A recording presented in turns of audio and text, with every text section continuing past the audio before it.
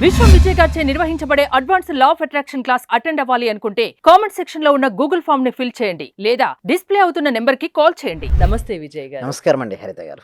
కేవలం రోజుకు 17 సెకండ్లు ఒక్కటి చేయండి అంటున్నారు. ఏంటది? విశ్వంతో కనెక్ట్ అవ్వచ్చా? అవునండి, 17 సెకండ్స్ అండి. ఎవరైతే ఫోకస్గా 17 సెకండ్స్ నేను ఇప్పుడు చెప్పినట్టు చేస్తే మాత్రం వారు యూనివర్స్తో కనెక్ట్ అవ్వచ్చు. వారు ఏదైతే కావాలని కోరుకుంటున్నారో వారు పొందొచ్చు. అయితే చూద్దామా?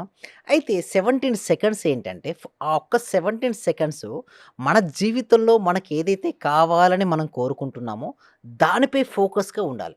అంటే అనొచ్చు ఏంటి 17 సెకండ్స్ మనం ఉంటాం కదా అంటారు. అంటే ఎందుకు ఆ నెంబర్ తీసుకున్నారు 17 అనేది? 17, 31, 48, 61. సో 68 ఇవన్నీ కూడా ఏంటంటే ఫోకసింగ్ నెక్స్ట్ లెవెల్స్ అండి. ఒక 17 సెకండ్స్లో ఒక థాట్ ప్యాటర్న్ మారిపోతుంటుంది. ఒక్క 17 సెకండ్స్లో కనుక మనం ఫోకస్ చేయగలిగితే ఇప్పుడు చూడండి, ఒక పేపర్ ఉందండి. ఓకే, ఆ పేపర్ని మనం భూతద్దం పెట్టి మామూలుగా సూర్యకిరణాలతో బంద్ చేయలేదు. బట్ కొన్ని సెకండ్స్ కనుక ఉంచితే అది కాలుతుంటుంది. అదేవిధంగా సైంటిస్టులు రీసెర్చ్ చేశారండి.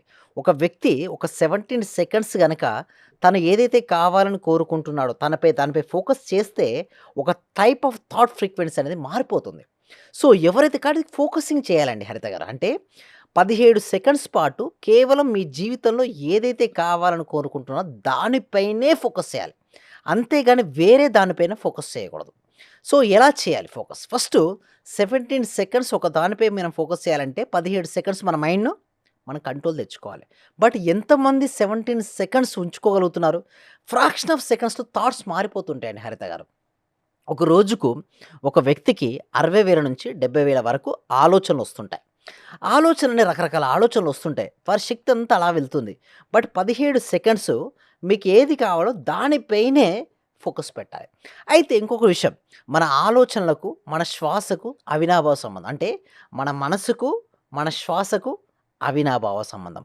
అందుకోసం నేనేమంటానంటే నేను కొన్నిసార్లు ట్రై కూడా చేస్తున్నాను. కొంతమంది పర్సనల్ అపాయింట్మెంట్లను తీసుకొని కొన్నిసార్లు ఎందుకు ఈ వ్యక్తికి సంకల్పం సిద్ధించట్లేదు, ఎందుకు కొంతమంది వ్యక్తులు ఏది కావాలని కోరుకుంటారో అది అయిపోతున్నారు. అంటే హెల్త్లో కావచ్చు, మనీలో కావచ్చు, రిలేషన్షిప్ అండ్ కెరియర్.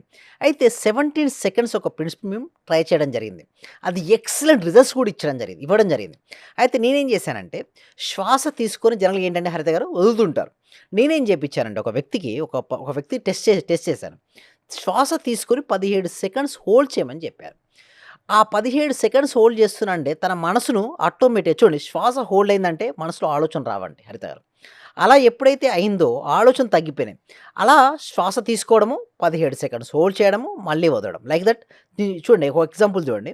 శ్వాస తీసుకోవడం అంటే ఇన్హేలింగ్, హోల్డింగ్ 17 సెకండ్స్ అంటే ఆజ్ఞా చక్రం దగ్గర 17 సెకండ్స్ సమయాన్ని హోల్డ్ చేయడం, అంటే కొద్ది సమయాన్ని హోల్డ్ చేయడం, తర్వాత రిలీజ్, శ్వాసను వదలడం. అది మీరు అనొచ్చు ఏంటి సార్ 17 సెకండ్స్ ఎట్లా కౌంటింగ్ చేయాలంటే రివర్స్లో నేను అంటాను. అంటే ఎల్లో కలర్ పేపర్ స్క్రీన్ ఉన్నట్టు ఊహించుకోండి. రివర్స్లో 17 అనే రెడ్ కలర్ ఊహించుకొని 17, 16, 15, 14, 13 అలా రివర్స్లో 1 సెకండ్ రావడం. అంటే అక్కడ మీరు శ్వాసను హోల్డ్ చేసి రివర్స్లో కౌంటింగ్ చేసుకుని వదలడం. అట్లా 3 టైమ్స్ అయిపోద్ది. ఒక సైకిల్ ఒక 3 టైమ్స్ అయిపోయిన తర్వాత నేనేమంటానంటే మళ్ళీ శ్వాస తీసుకొని అక్కడ మీరు ఏదైతే మీరు హోల్డ్ చేస్తారు కదా జనరల్గా ఆ ప్లేస్లో ఆజ్ఞా చక్రం దగ్గర నేనేమంటానంటే ఊహించుకోమంటారు. అంటే సపోజ్ మీకు పర్ మంత్ ఇన్కమ్ ఇప్పుడు జనరల్గా ఉంది, ఒక వ్యక్తికి 40,000 రూపీస్ వస్తున్నాయండి. అతనికి 80,000 పర్ మంత్ వస్తే తన లైఫ్లో హ్యాపీగా ఉండొచ్చు అనుకుంటున్నారు. అయితే నేనేమంటానంటే 80,000 రూపీస్ నీకు ఆల్రెడీ వచ్చినట్టుగా వస్తే నువ్వు ఇమాజిన్ ఊహ అనొచ్చు. మీరు ఊహకు అంత శక్తి ఉందంటే ఎవ్రీథింగ్ ఈజ్ ఊహ అండి. నేను ఇక్కడికి రావాలనుకుంటే ముందుగా నేను రావాలని ఊహించాను కాబట్టి ఇక్కడ ఉన్నాను. ఈ మైక్తో నేను మాట్లాడాలని నేను ముందుగా ఊహించాను కాబట్టి మాట్లాడగలుగుతున్నాను. ఈ స్టూడియో కావచ్చు, ఈ కెమెరా కావచ్చు, ఇక్కడ ఉన్నట్టు ప్రతి ఒక్క వ్యక్తి కూడా వారు ఊహించిన దాన్ని బట్టే జరుగుతుంటుంది. బట్ అది నేను ఊహించింది జరుగుతుందని అవేర్నెస్లో ఉండాలండి. ఓషో అనే ఒక వ్యక్తి ఉన్నారండి, స్పిరిచువల్ పర్సన్. వారు ఏమంటారంటే ఎవరైతే చూడండి ప్రజెంట్ మూమెంట్లో ఉంటారో వారు అద్భుతాలు సృష్టిస్తారు వారి జీవితంలో అంటారు. అంటే ఎవరైనా సరే అండి, ఇప్పుడు స్టూడెంట్ ఉన్నాడు తీసుకున్నాం హరిత గారు. ఓకే, ఇద్దరు స్టూడెంట్ ఉన్నాడు. ఒక వ్యక్తి కరెక్ట్ టీచర్ ఏం చెప్తున్నాడో అదే వింటున్నాడు, అక్కడే యాక్షన్లను తను జీవిస్తున్నాడు. ఇంకొక వ్యక్తి మాత్రం బాడీ ఇక్కడ ఉంది, మైండ్ మాత్రం క్రికెట్లోనో మూవీ గురించో ఆలోచిస్తున్నాడు. మీరు చూస్తే సక్సెస్ ఎవరైతారో, ఏ స్టూడెంట్ సక్సెస్ అయితే చెప్పండి? ఏ వ్యక్తి యొక్క బాడీ మైండ్ ఒకే దగ్గర ఉందో సక్సెస్ అవుతారు. కాన్సంట్రేషన్ మెయిన్‌గా. Same like that. ఈ 17 సెకండ్ ప్రిన్సిపల్ ఎవరైతే ఫాలో చేస్తారో వాళ్ళకు లైఫ్‌లో మనీ ఫ్లో అవుతది. ఎవరికైతే మనీ కావాలనుకుంటున్నారో కామెంట్ సెక్షన్‌లో మనీ ఎంటర్ చేయండి. ఎందుకు నేను మనీ ఎంటర్ చేయమంటానంటే పదే పదే మనీ అని టైప్ చేస్తుంటామండి. టైప్ చేసినప్పుడు మన సబ్‌కాన్షియస్ మైండ్‌లో ఏంటి? మనసులో మనీ గురించి ఆలోచన వస్తది. ఎంత ఎక్కువగా మనీ గురించి ఆలోచన చేసినా, పలికినా, విన్నా వారికి మనీ అనేది ప్రాప్తిస్తుంటుంది. That is the power of money. అంటే మనీ ఈజ్ ఎనర్జీ అండి. పాజిటివ్‌గా ఉండాలి. మనీ గురించి 2 విధాలుగా ఉంటారండి. ఒకటి పాజిటివ్‌గా ఉంటారు, నెగెటివ్‌గా ఉంటారు. ఎవరైతే నెగెటివ్ ఆలోచన చేస్తారో లైక్ దట్ మనీ సంపాదించడం చాలా కష్టం. చిన్నప్పటి నుంచి ఇప్పటికి కూడా నా క్లాస్‌లో జాయిన్ అయిన తర్వాత అడిగేదేంటంటే, "సార్ బాగా కష్టపడి డబ్బు సంపాదిస్తారు. ఒక మంచి మార్గం చెప్పండి" అంటారు. అంటే చూడు పదం ఏం పలుకుతున్నాడు చూడండి. బాగా కష్టం. కష్టపడి. హ్మ్. ఎప్పుడైతే తన పదాన్ని కష్టం అన్నాడో నిజం కష్టమే. హ్మ్. అయితే నేనేమంటా అంటే కష్టం నుంచి స్టార్ట్ అవుతదండి. పేరెంట్స్ ఏం చెప్తారంటే బాగా కష్టపడితేనే ఫలితం కష్టపడితేనే ఉంటుందంటారుగా. ఇది చూడండి ఆ! ఇదే మాటను కష్టపడితేనే ఫలితం చూడండి ఇది ఉంటుంది. మీరు ఆ! మాట్లాడారు కదా! ఇదే మాటను కంటిన్యూయస్‌గా విని హ్మ్. లాస్ట్‌కి ఏమైందంటే కష్టపడితేనే ఇదొస్తుంది.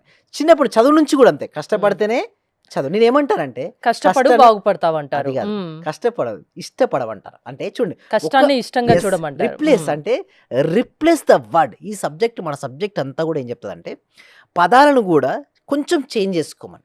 అక్కడ హ్మ్. ఇష్టం మీరనొచ్చు. సార్ కష్టపడితే అయిపోద్ది కదండీ! కష్టపడ్డ దగ్గర ఎప్పుడు మనసు తప్పించుకోవాలని ప్రయత్నిస్తుంటుంది. హ్మ్. చూడండి ఒక వ్యక్తి ఇష్టపడుతున్నాడు, కష్టపడుతూ చదువుతున్నాడు. హ్మ్. ఏ వ్యక్తికి మంచి మార్క్స్ వస్తాయంటే ఇష్టపడుతూ చదివే ఇష్టపడేవారు. వ్యక్తి. ఎందుకు? హ్మ్. తను జాయ్‌ఫుల్‌గా, ఎంజాయ్‌గా చదువుతున్నాడు. అదే ఇంకొక వ్యక్తి ఎప్పుడు ఎగ్జామ్ కోసం చదువుతాడు. అబ్బా! ఈ యొక్క ఎగ్జామ్ అయిపోద్ది.